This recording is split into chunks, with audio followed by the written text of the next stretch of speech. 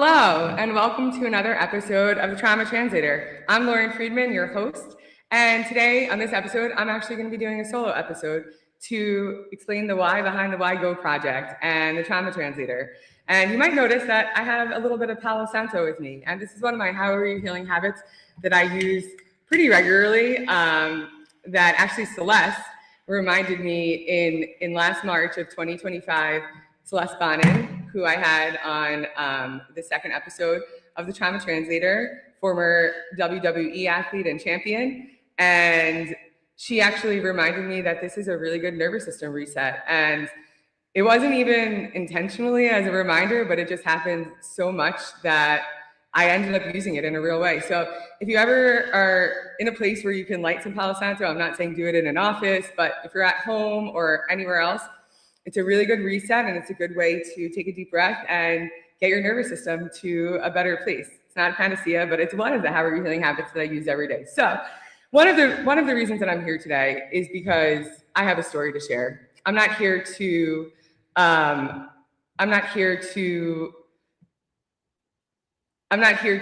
actually, I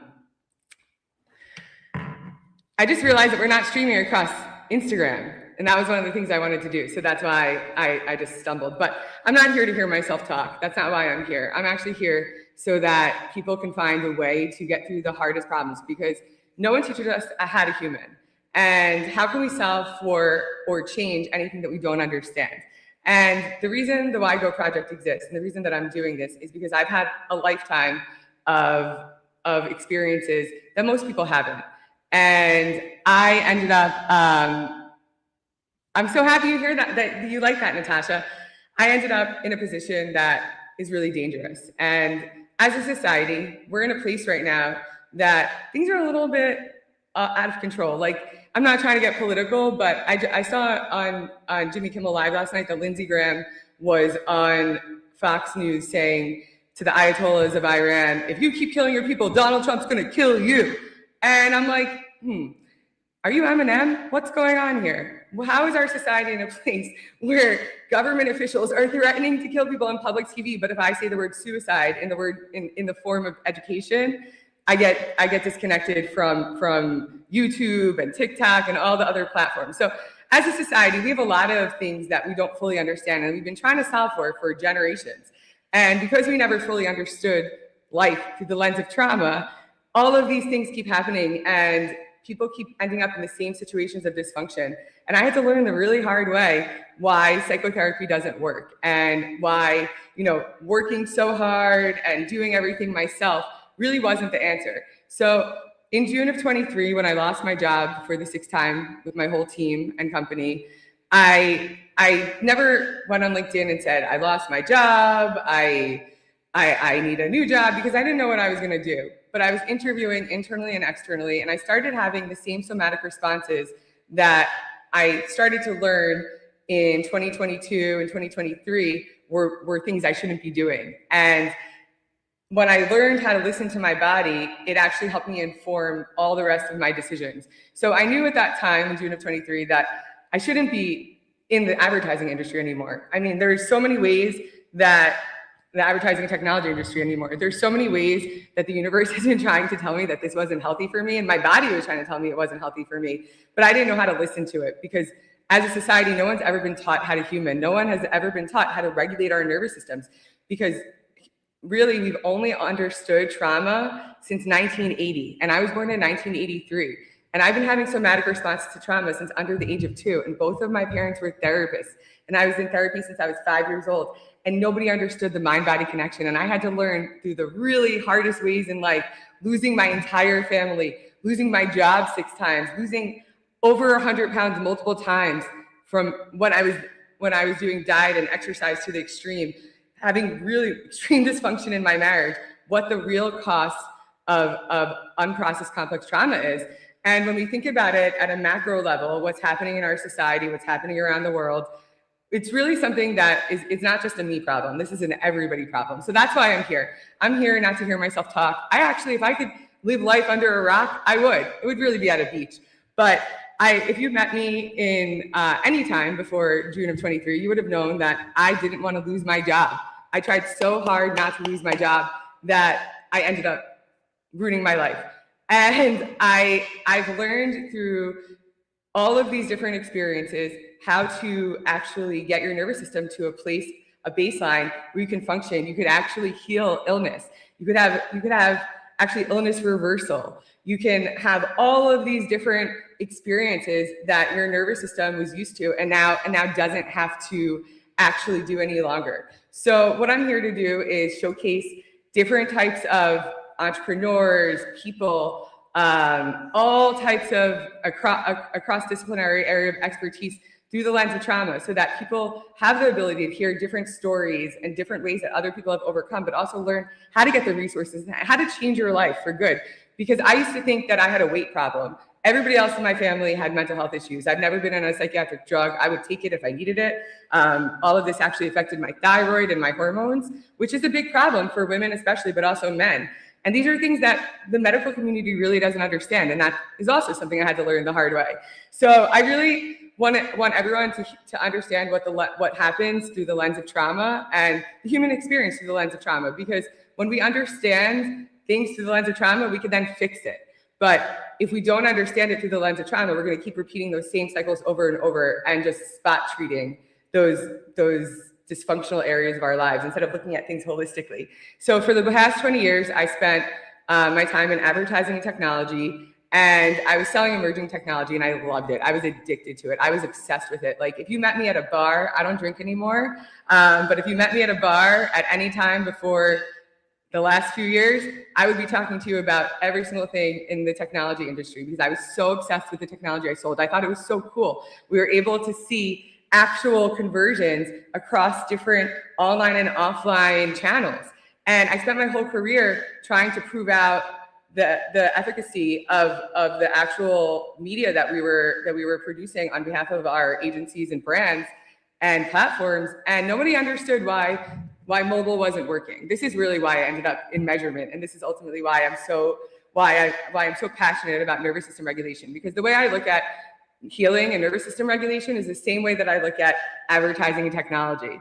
And it's part of the inspiration for the Why Go project, because as I was going through my own healing journey, I was able to really understand how the brain works and building new neural pathways through the lens of technology, because that's my background. And when I had lost and gained over 100 pounds initially in 2013, I was able to use that to explain data fidelity and quality to varying levels of audiences and understanding in a palatable format. And that's what I'm doing now with trauma, because everybody needs to learn how to find healing. If you don't think you need healing, you do, because everybody, whether we recognize it or not, is in some level of a dysfunctional state, unless they're working actively to regulate their nervous system. And even when you're doing that, you still might be, right? There's nothing that is a hard and fast rule in life. You can't count on anything. But when you learn how to regulate your nervous system, the whole world opens up. I have stress tested this to the max. I've lost my entire family. My ex-in-laws were stealing from me in the family business for the last 20 years.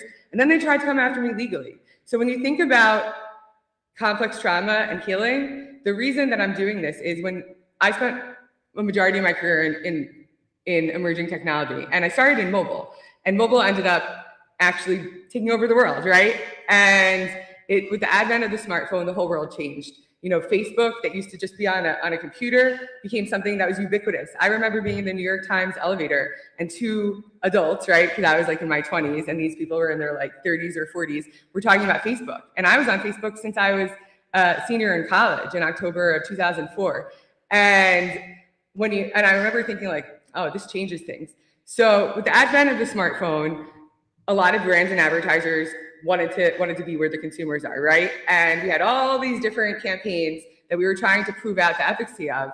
And we worked for months and months and months on all these really custom interstitials and really engaging creatives and all these different ways to engage with the consumer. And then when we would get the results back, the performance results, they would look abysmal at best.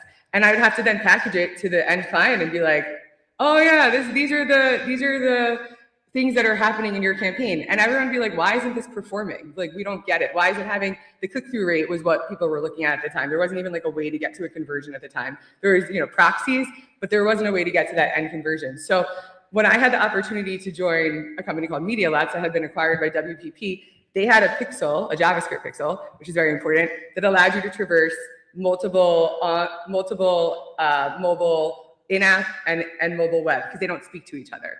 So that was something that allowed you to solve for those disparate environments. And when you think about healing and nervous system regulation, the way I look at healing is at a holistic level. You can't just be looking at one source of truth. You can't just be looking at one part of your life. You have to look at things holistically. So the reason I'm doing this on LinkedIn is because LinkedIn needs to learn how to heal. Everybody on LinkedIn is either promoting themselves, which is great, promoting a company, or trying to get a new job. And when I first went to market, I didn't share what I was doing because I thought that when I finally did, I would get a lot of support. But I should have shared it, because that's the first, when people are like, oh, I lost my job, you get a lot of support. And then it's just like when someone dies, people are really, really supportive in the beginning, but then after a while, they forget about you. And the problem with that is that now I'm in a position where I've had a 20-year prolific career. My ex-in-laws were stealing from me in the family business. I have it on a recording from their accountant. They still tried to come after me legally. So yesterday would have been my 20-year date anniversary with my now ex-husband. And instead I spent the day getting an immunity and indemnification document notarized. Because why are these people coming after me? They say they have no obligation towards me. And my industry has not taken any accountability for what has gone on. Everyone keeps losing their jobs over and over and over again. And I've stress tested this to the max. And I know for a fact that nervous system regulation is the panacea for all problems in society, whether it's cancers, autoimmune diseases, ADDs, OCDs, all of the autism. I mean, all of the things that humans are suffering with, either overtly or silently, are ways that you can actually solve by healing your nervous system.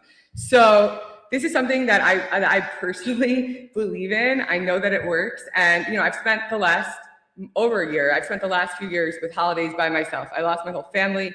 My ex's family wasn't a family to me. They were stealing from me. They were attacking me for years before I even found out that they were stealing from me. And my body had been trying to show me the whole time. And the reason I'm sharing this isn't to defame or defraud, or not defraud, but to defame. It's not to defame or to embarrass people, but it's to share real experiences of what happens when generations of unprocessed complex trauma compound on top of each other. And when nobody finds any healing, this is what happens. And, I've been through these experiences that have been so transformative and so meaningful in my life that I know that this is the way forward. So today, I just want to share a little bit of my background behind Why Go. Why Go is from a Pearl Jam song, Maybe Someday Another Child Won't Feel As Alone. And that was my original goal. When I first thought of the Pediatric Complex Trauma Foundation and nonprofit, my inspiration was for just that. I wasn't thinking about doing anything, as a whole business. I wanted to keep my job in tech and start my nonprofit on the side. And then when I lost my job and I realized that my body was telling me that I should not be going back to the industry and I needed to do something with this, really, it's not just compelling, it's a consequential story. When people don't take responsibility or accountability and they just go on with their lives and they act like you don't exist and no one cares about your needs, and you don't even realize it because you're just trying to solve every problem because your nervous system is so used to these engagements, they don't seem abnormal to you. These are the things that happen to people. And the reason I'm doing this on LinkedIn too is so that people understand, what happens when all of these things happen and this person can't provide for themselves. Like I'm at this point right now where I don't know what I'm supposed to do. I don't know. I just spent my last money actually producing this show from my savings account. And I have to go now into my 401k, and I was a top producer. I'm told I should be in leadership by multiple people. And then as soon as there's a problem in the business, they let go of my new business team. And then I'm told, oh, you have too many short stints, or you make too much money. And first I was told that I didn't have the right look, or I wasn't ready. And then as soon as I lost weight, my career skyrocketed. And the thing is that I think we lost the plot here as a society. What are we doing in business and in personal life? Like, why are we here? The whole point of working is to make money, right? It's to help people provide for themselves so they can have a better life for themselves, their families, their children, what have you. And when you keep laying people off over and over and then telling them that it's their fault and they have too many short stints or they make too much money or this, and this, it's really damaging to a person. And I'm really resilient. I've been saving myself my whole life. And one of my problems was that I was so focused on saving myself, I thought that I had to save everybody around me. And I didn't even realize that my now ex-husband, who's a kind man, but he had no intention of ever getting a new job. And he had no intention of ever making more money. And that all fell on me. But what happens when you lose your job 6 times and you lose your whole family and then the world implodes? And these are real problems that real people are facing. So redefining the human experience through the lens of trauma really is something that is a soul-driven mission for me, because this is how we find healing in society. Everybody has something from which to heal. It's epigenetic. It lives in our genes and it becomes pronounced through environmental factors. And everyone who's looking for a new job or just wants to keep their job or wants to have better relationships with themselves or others needs to find nervous system regulation, because when you don't, you end up getting stuck in those same cycles of dysfunction. And I'm going to share just a little journey with you today. This is something I call Only Music Can Save Us. It's mental health and trauma education through music. My dad was really instrumental in me understanding about music at a young age and teaching me through music. That's how we connected. That's how he regulated himself. And that's actually how we ended up co-regulating. And I have a lot of comedy routines around these things. But when you think about healing and nervous system attachment wounds and how you end up in these cycles of dysfunction and you don't know how to change them, and why your life is always on fire, or why you're always sick, like chronic illness, chronic pain, weight gain, all these things all have to do with nervous system regulation. And when you can regulate your nervous system, you can change your entire life. I've been able to find peace in the unknown. And truly, this is my worst nightmare, like living on this planet Earth, like not having any family, having my ex-in-laws attack me, not my ex-husband now nobody has any obligation towards me. My industry doesn't care. My ex-husband's family doesn't care. I lost my whole family. I didn't even have any protection in my family. So yesterday was the first day that I got any protection on this planet. It took me 20 years for this man to send an email on my behalf that he actually supported me and protected me. 20 years. And I stayed in this relationship for that long because I thought it was safer than being by myself. And everyone for all these years were like, why isn't Lauren getting divorced? Why doesn't she just leave? But the definition of complex trauma is begging someone to treat you better when you can just leave. And I didn't know that I could just leave. So I've now spent 40 years plus on this planet in chronic pain, having weight issues, begging people to treat me better. Nobody cares, work harder. I kept going harder and harder and harder in my industry. And now I actually figured out I don't have to do that anymore. I found a way to actually find a flow in life and actually find a way to work hard, but also while I'm getting my things done, but also in a way that's not killing me. Because as a society, we were taught to go, go, go. And some of my guests, even today, we're going to be talking about that in terms of technology and the pressures of society and the human body, right? We were not meant to go at this hyper speed. This is why everyone's getting sick. And when you don't have the ability to regulate your nervous system is still attracted to those types of dysfunctional relationships. I've now lost every single significant relationship in my life, but I found a level of peace that I never knew I could have in my mind and body. And the mind body is one. What you think actually affects what's going on in your body. I used to think that because I ate really healthy and I starved myself and I worked out and I worked really hard that I was healthy, but I wasn't at all. I wasn't healthy even a little bit. I was actually really unwell and I didn't know it. And it took me until I was having flashbacks and wetting the bed and brain fog. My brain was not working. And I still secured a job at Oracle. And when I did that, I asked my ex-husband to get a contract with his father to protect us in the same way that I was getting a contract with my job, right? Like, what's the plan? Because I knew I had to get divorced, but I wanted some protection. And what is the true definition and the true cost of avoidance? This is the true cost of avoidance. My family couldn't ever communicate to me what the things that I needed to know in my family. So then I ended up, after my mom's sudden death, and actually tomorrow is 7 years of her death anniversary, which used to be a big, big day that I used to focus on. And it was something that actually my friend Brian Kilmer, who I worked with like over a decade ago, he's been a mentor over the years. He had texted me 7 years ago after my mom had died. And he was like, hey, listen, take the time, feel your feelings. Don't just plow through this. And he and I both knew I wasn't going to do that. I didn't have the ability to do that. I didn't even know how to do that. Even though I was in therapy since I was 5, no one ever taught me to process my emotions. No one ever taught me to regulate my nervous system, because psychotherapy is stuck in logic, and you can't logic your way into healing. You have to do it somatically, and you have to integrate it. You can't just talk about it. There's a lot of people out here that are talking about healing, and they say all the right things, but when you look at their behavior, they're not actually integrated. They could say these things, but I don't have to say I'm doing the work, because what my actions speak for that. So I've now lost every significant relationship in my life. I've lost my dad to suicide. My mom dropped dead from complex trauma. My sibling and I are not allowed to speak legally because of avoidance. And now my marriage, because people can't speak to each other, and I got caught as collateral. And one of the reasons I'm doing this is I don't ever want to be collateral in another human's war against themselves. And I don't want anyone else to either, because it's really bad for us. And as a society, we could get better. We don't have to stay this sick. We don't have to hurt people. We don't have to have these wars. We don't have to have Lindsey Graham on TV saying, President Trump's, I'm gonna kill you. Like, what's going on? Like, I love him. I think he's wonderful, but he was under trial for the FCC and he didn't even try to kill anybody. So what's happening in our society? We all need to reset our nervous systems. And the Trauma Translator is here to help. I'm going to be providing ways that you understand that could be understandable and really clearly understood and actioned upon, as well as different guests that have found healing and ways to look at life through a different perspective, because I see things differently than most people. My story is different than a lot of people. And I have a unique POV that allows people to really understand their lives through a different lens.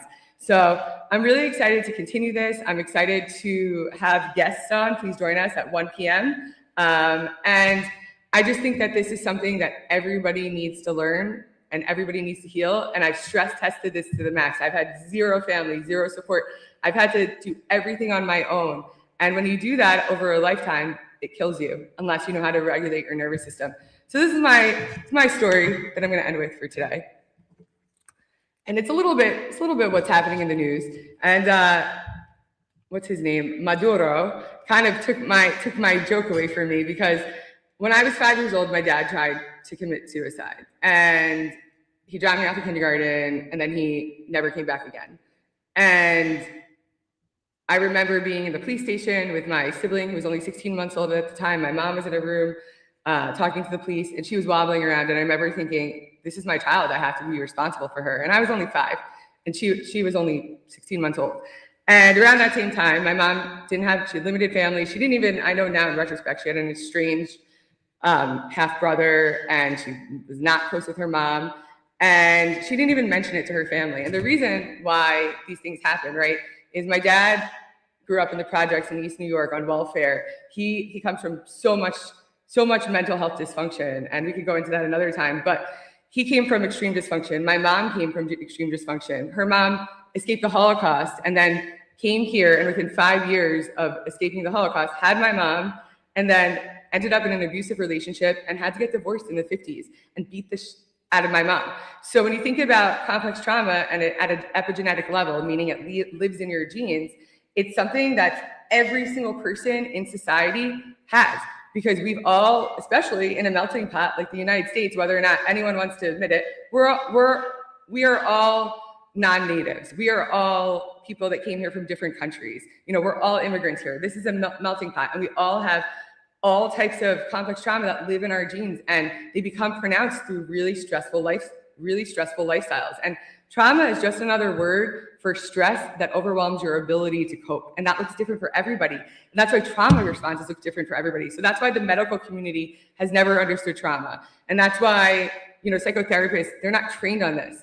And that's why social workers aren't trained. That's why no one's ever understood this. That's why I slipped right under the cracks, because I've been performing at such a high level since I was an infant, since I was born.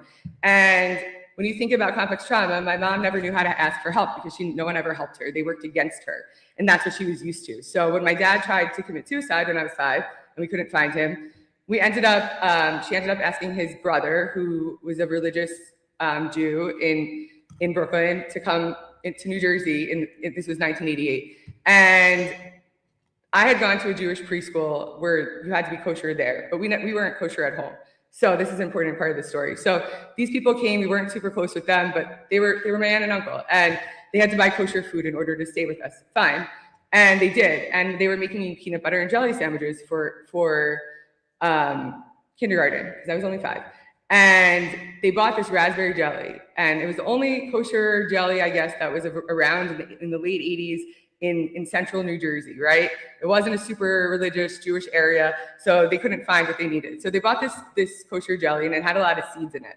And the thing is that I didn't ask for a lot of things. I asked for basically nothing. My requests were so minimal. They're so minimal to this day. And when I asked for something, right, because normally when there's a major crisis, families huddle together and they make sure the children are okay. But because my mom never knew how to ask for help and she never had any help in her life, she overextended herself, and she was so grateful that people were there to quote unquote help her that she didn't want to do anything to make them feel uncomfortable. So I said to her, I was like, hey mom, I have this peanut butter and jelly that has seeds in it, this raspberry jelly.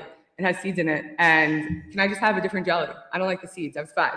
And she told me that because they were kosher and they were helping us, that their needs mattered more and that I couldn't have that. And that was something that stuck in my nervous system for the rest of my life. Now, I had been told in many different ways, both implicitly and explicitly, or implicitly and explicitly, that my needs didn't matter. But in this specific instance, this is something that I didn't even consider for many, many years until I started trauma therapy in March of 2022.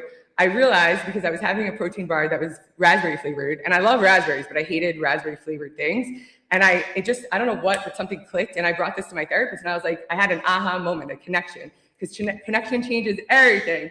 And everybody has these things that live inside them that they don't realize unless they get the right help. And so I ended up having this jelly and having this aversion to raspberry flavored things. And I realized it was because of the jelly in 1988 that actually I didn't like, and that was told me that my needs didn't matter. So I have this raspberry jelly as a reminder of how I ended up in this position, because I said to my mom at the time, I was 5 years old, but I knew that what she was saying was wrong. I was like, great, I'm not kosher. And I know that because I went to a preschool that kept kosher in school, and at home we weren't. So why can't I have that? And so that sets your nervous system up. That simple little conversation that wasn't meant to be harmful, right? But that sets your nervous system up for a lifetime of not mattering, and your needs don't matter. And around that same time, the song "Don't Worry, Be Happy," do do do do do. Anyway, I'm not trying to culturally appropriate whatever, and I don't have a great voice, but I am going to sing to you anyway. That song was really popular. So my mom, all the adults around me were like, "Don't worry, be happy." And the thing is that when you grow up being told, "Don't worry, be happy," and your needs don't matter, this is what happens. And I spent my entire life thinking my needs didn't matter. Everyone's needs mattered more. I had to work for love. I had to prove myself over and over and over again. And that's why I call it survival mode as my superpower, and survival mode as a superpower, because all of these things made me hyper successful and prolific. And I've had a wonderful life, right? Until I didn't, until my body literally forced me to stop. And that's the thing about high functioning complex trauma and high performance. Every single person who's successful suffers in these same ways, whether they realize it or not. I didn't know I was in pain. I had a 39-year stomachache, and I didn't know I was in pain because I never was taught to be in my body. I didn't even know how to slow down. I've been able to solve 40 plus years of chronic pain and weight issues. I haven't even had to get Botox in my jaw since August 27th. And the last time I had a real migraine, was September 19th, right the weekend after I got divorced. And I've been getting migraines since I was 16 years old. I was told that it was genetic, but the thing is that it's not. It doesn't have to be. The cancers of the world, the ADDs, the autisms, all of this doesn't have to be genetic. You can actually reverse those illnesses. You can actually biohack your life. So that's what we're here to do. I want to talk about all the ways that things live inside your body and how to get them out of them so you can have a better life for yourself and others. Because if you can't show up for yourself, you can't show up for others. I just recently, and this is the saddest thing for me to say, but I recently ended a 40-year friendship. It would be 40 years this upcoming June, because this person can't even text me back. And I understand they're going through their own stuff, but over the course of many months, when I've lost my family, my job, my divorce, all these things are happening, you can't send me one text once in a while to make sure that I'm still alive. That's not a friendship. And this isn't recent. These are, over time. And I had to make these really hard decisions to take myself and extract myself out of these really toxic situations for me. But now guess what? I feel a level of peace that I never felt. And I know that better things are coming, because they have to. We can't live in this type of in this type of disarray forever and think that it's just going to stay that way, because it's not. But it will if you don't regulate your nervous system. So these are just some things that I'm going to share, and I'm really grateful to have this opportunity to do that, because I know that this is my mission on this planet. I've known since I was a little girl that I had a story to share to help others. I didn't know how crazy it was going to get. I mean, I really didn't. I just wanted to have a normal life. I wanted to have kids. I wanted to have a house, the white picket fence. All I ever wanted was family. And I was working so hard to run away from my family that I ran into a family that was way more dysfunctional, because at least my family was trying to get help. My family knew they knew they were effed up, right? So they went to therapy. My parents were therapists. They tried their hardest, but the society and the knowledge base that we had then wasn't able to get down to a somatic level. And when you could get to a somatic level, you could actually stop suicide. We know that there's a men's health crisis. If 50% of the crisis or more, if 50% of society or more is in crisis, what kind of society do we have? And I think it's very clear now at a macro level that there's a lot of things that are unprocessed. Like the reason that, and again, I'm not trying to be political, but it's what's current news. And the reason that Donald Trump is the way he is from unprocessed complex trauma. Like Susie Weil literally said, he's an alcoholic who doesn't drink. And that is the definition of complex trauma, because addiction, self-abandonment, all of these things, his behavior is literally what it looks like when you don't process complex trauma, because you don't care about other people's feelings. You put yourself first. You make rash decisions based on your own needs, and you don't even look at what's going on because you don't have the ability to. So when you have the ability to connect with yourself deeper, you could really understand, how am I going to live myself? How am I going to live my life in alignment? How am I going to do what's integritous to me? How am I going to help others find ways to have healing on their own? And that's what I'm really focused on, because I know that this is a panacea. And I would have taken my own life already if I didn't find nervous system healing.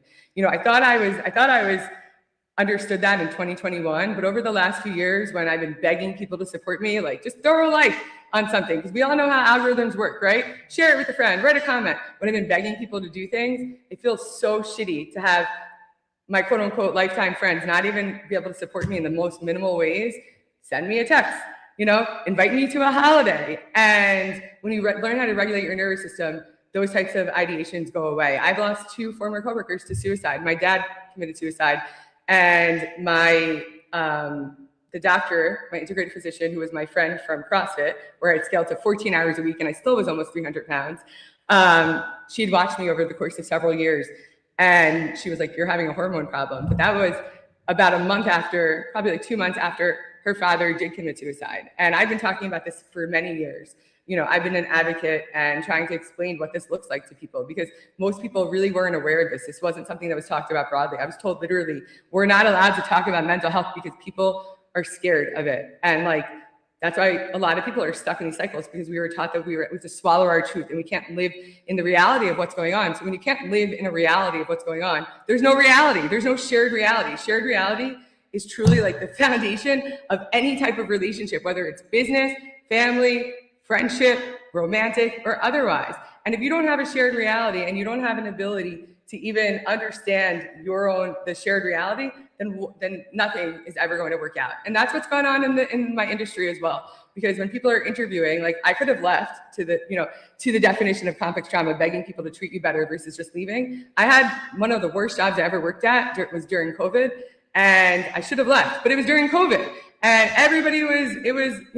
people were losing their jobs. It was literally like I started it on the 16th of March of 2020, and people were losing their jobs then. And I should have left. But the thing was that at that point, I was getting feedback from Salesforce and all different big tech companies. You've had too many short stints and all these things. So I was like, I can't leave again, right? Because now I don't have options. And because then I'm gonna get this feedback when I try to interview somewhere else again. So I stayed there.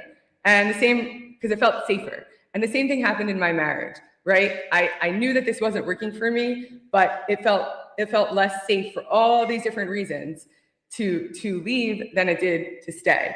And that ended up putting me in a really dangerous position, the same way that my career ended up putting me in the dangerous position, and the same way that my family ended up putting me in the dangerous position. So I really want to help others get through those tough times, because no one teaches you how to human. No one says, how did we get here and how do we move forward?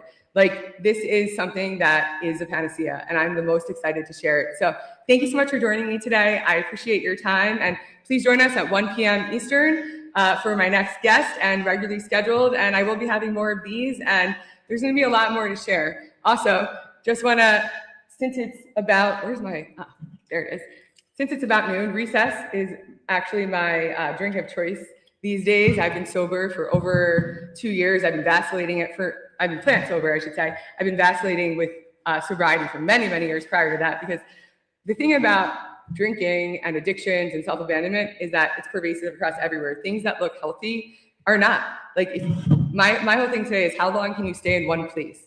If you can't stay in one place for a prolonged period of time, if you keep traveling to different places, or you're opening up, different businesses, or you're buying new houses, or you're doing all these different things to not stay present in your life and in your body, to me, that's not a sign of integration. So when you look at people who are trying to talk to you about healing, because everybody says they're doing things, right? And AI makes it so easy for anyone to just fake a resume. Oh, put this in here. This is what I did. And what I'm telling you is, use a little bit of discernment when people are talking to you about healing or anything else, right? What is their background? What are they doing to make sure that they're finding healing themselves? Because when they're running away from themselves, they're not in a place that you should be listening to them from. So I had to learn the really hard way. I used to run away from myself. I was on a plane 3 weeks a month, 5 flights a week, by my own design. I wanted to get the F out of my house because I didn't know how to solve this problem. And actually, nobody else knew how to solve this problem, because my ex-in-laws would rather come after me legally, claiming they have no obligation towards me or their son. And my ex-husband refuses to get a job. He's never been on an interview in 20 years, and I've had like 14 new jobs. And I started a business while I was so unwell. And they lied to me, and it was this whole corroborated scheme over the course of decades. And that's what complex trauma is. It's unresolved issues that lives in your body, and then when you don't fix it, all of these things happen. And just because you've never been to a therapist and you've never been formally diagnosed, it doesn't mean that you're not unwell. And it doesn't mean that you don't have things that you need to work on. That's what when I talk about, it runs in the family and it's genetic. They could be genetic, right? Like my ex-husband's father, his brother was schizophrenic and homeless by choice. And my ex-husband's father, he's not diagnosed, but he stole from his son and his orphaned wife for the last 20 years, and claims he has no obligation to do anything about it and would rather come after me legally than actually fix any problems. So when you think about complex trauma, these are the things that happen in families over generations, when nobody heals themselves. And I got to a point where I now have nobody in my life. I had to distance myself from every single person I've ever loved. And I've still been able to find self-love and healing and a way to move forward. And I want other people to do that too, because this is the most extreme and the hardest path that I've known anybody to have. And I don't feel bad for myself, but I do need help. So if you could just throw a like, comment, share, go on my website, buy some merch with a perp. That's merch with a purpose. Healing-centered anxiety relief tools and products, with a portion of the proceeds funding the Why Go Foundation, pediatric complex trauma nonprofit. And all the slogans you'll hear all the slogans behind all the stories behind the slogans. This one is "Don't quit your dissociation daydreams." And if you want to learn about dissociation or anything else, go to whygoproject.com, Dysfunction Junction Dictionary. We're going to be going into all those terms, because just like emerging technology, educating about trauma and holistic view of wellness and redefining the human experience through the lens of trauma is an educational process. And it's really the art and science of connection. And most people on LinkedIn are educating people in some sort, right? Or just anywhere. And this is truly the thing that we need to learn. So I hope you join us again. Thank you so much. And how are you feeling?